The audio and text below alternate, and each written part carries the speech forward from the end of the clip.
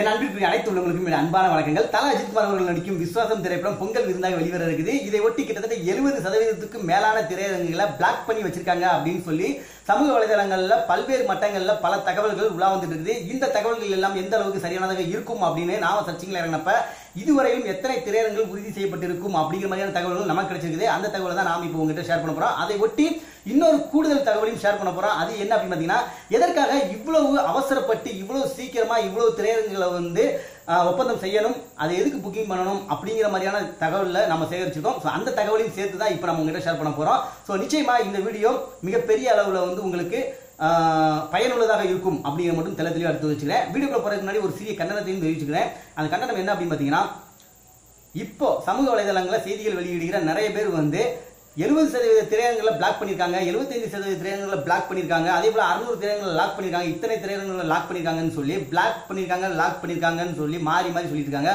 So இந்த black பண்றது lock பண்றது அப்படிங்கிற வார்த்தையை முற்றிலும் தவிர்க்க வேண்டும் அப்படிங்கிற ஒரு தாழ்மையான கோரிக்கையோடு சேர்ந்த கண்டனத்தை தெரிவித்துக் கொள்கிறேன்.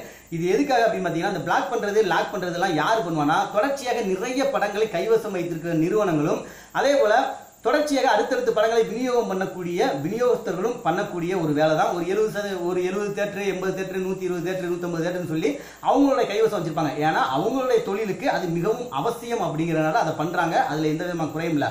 ஆனா விஸ்வாசம் திரைப்பட வெளியீட்டுல என்ன மாதிரியான ஒரு அணுகுமுறை அப்படின்னாக்க, ஒரு திரையரங்குக்கு ஒரு படம் வெளிவருகிறது அப்படின்னாக்க அந்த திரையரங்கத்துல நிறைய மக்கள் கூடுவாங்க. ஏன்னா அது ஒரு பெரிய படம் வெளியாகிறதுனால அது ஒரு ஃபெஸ்டிவல் அப்படிங்கிறதுனால நிறைய ரசிகர்கள் படம் பார்ப்பாங்க. அதற்கு முன்னதாகவே பாத்தீங்கன்னா ரசிகர்கள் தியேட்டர்ல போய் புக்கிங் பண்ணுவாங்க, டிக்கெட்டை புக் பண்ணுவாங்க இல்லையா, ஸோ ரிசர்வேஷன் பண்ணுவாங்க இல்லையா. அந்த மாதிரி ரசிகர் ஒரு படத்துக்கு டிக்கெட் புக் பண்ற மாதிரி தான் இந்த படத்துக்கு தியேட்டரை புக் பண்ணிருக்காங்க அப்படிங்கிற ஒரு கரெக்டான விளக்கத்தை உங்கள்கிட்ட சொல்லிக்கிறேன். ஸோ இது திரையரங்கத்தை புக் பண்ணி தான் வச்சிருக்காங்களே தவிர லாக் பண்ணி வைக்கல அப்படிங்கிறத பணிமன்போடு சொல்லிக்கிட்டு இப்போ நம்ம வீடியோக்குள்ள போகலாம். நம்பர் ஃபர்ஸ்ட், எவ்வளவு திரையரங்குகள் இதுவரைக்கும் உறுதி செய்யப்பட்டுள்ளது அப்படிங்கிற மாதிரி தகவல் கிடைச்சிருக்குது. கிட்டத்தட்ட 45 to 50% திரையரங்குகள் புக்கிங் செய்யப்பட்டுள்ளது அப்படிங்கிற மாதிரி தகவல் கிடைச்சிருக்கு. ஸோ இத்தனை திரையரங்குகளும் கன்ஃபார்ம் பண்ணப்பட்டு விட்டது.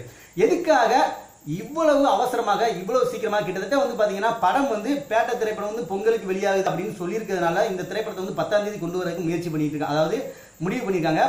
கரெக்டா இந்த படம் 10ஆம் தேதி வருது அப்படின்னாக்க 5ஆம் தேதியே எல்லா தேட்டரையுமே புக்கிங் பண்ணிருக்காங்க அப்படிங்கிற மாதிரி தகவல் கிடைச்சிருக்குது.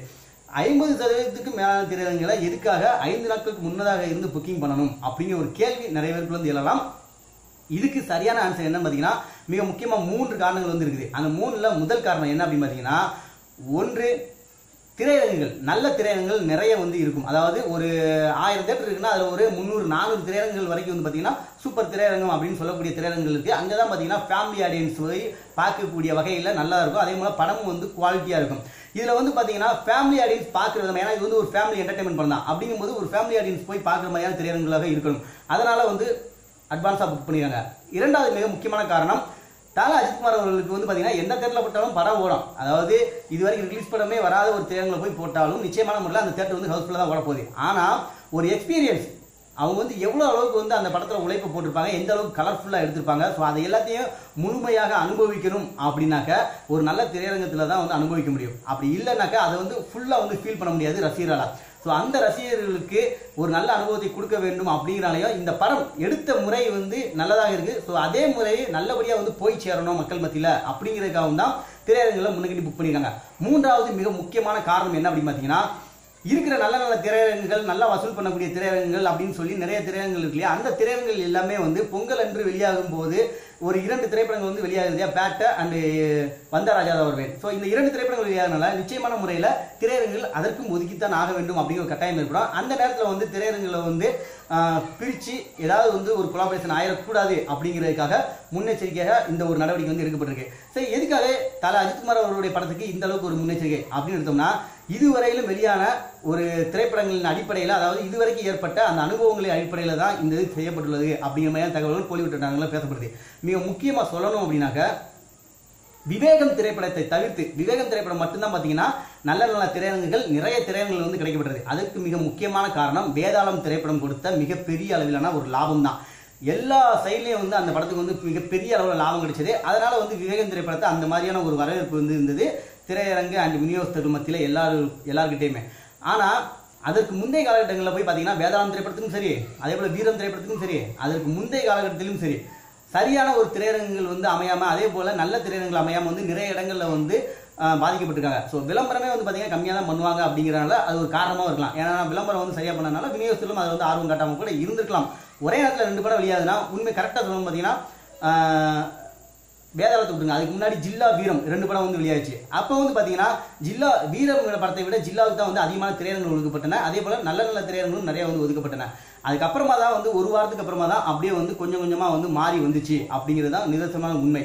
இது எதுக்காக சொல்றேன் அப்படின்னு பார்த்தீங்கன்னா, இந்த மாதிரி ஒரே நேரத்தில் 2 பெரிய படங்கள் வரும்போது தல அஜித்குமார் அவர்கள் படம் அப்படின்னா நிச்சயமான முறையில் இந்த மாதிரி ஒரு நிலைமை ஏற்படுறதுக்கான வாய்ப்புகள் இருக்குது. அப்படிங்கிறனால அந்த படத்தை வாங்கிய கேஜிஆர் ஸ்டுடியோ நிறுவனம் முன்னுக்கிட்டே சுதாரிச்சுக்கிட்டு இந்த மாதிரி ஒரு வேலையில வந்து இறங்கியிருக்காங்க அப்படிங்கிறது தான் நமக்கு கிடைக்கப்பட்ட தகவல். ஸோ இதில் வந்து எந்த விதமான காழ்ப்புணர்ச்சியும் அல்லது எந்த விதமான பொங்கலுக்கு இத்தனை படம் வெளிவருது, ஸோ அவங்க எல்லாத்தையுமே வந்து நிப்பாட்டிடணும், அதனால வந்து பிளாக் பண்ணணும் அப்படிங்கிற மாதிரியான எந்த ஒரு எண்ண ஓட்டமும் கிடையாது.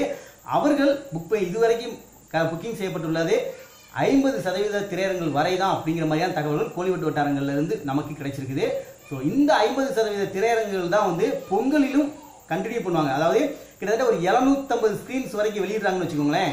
ஒரு 450 இருந்து 500 தியேட்டர் வரைக்கும் இவங்க அட்வான்ஸா புக்கிங் பண்ணி வச்சுக்காங்க இல்லையா, ஒப்பந்த அடிப்படையில். இந்த ஒப்பந்த அடிப்படையில் இருக்கிறவங்க மட்டும்தான் வந்து பொங்கல் தாண்டியும் வந்து படத்தை ஓட்ட போகுது கடைசி வரைக்கும்.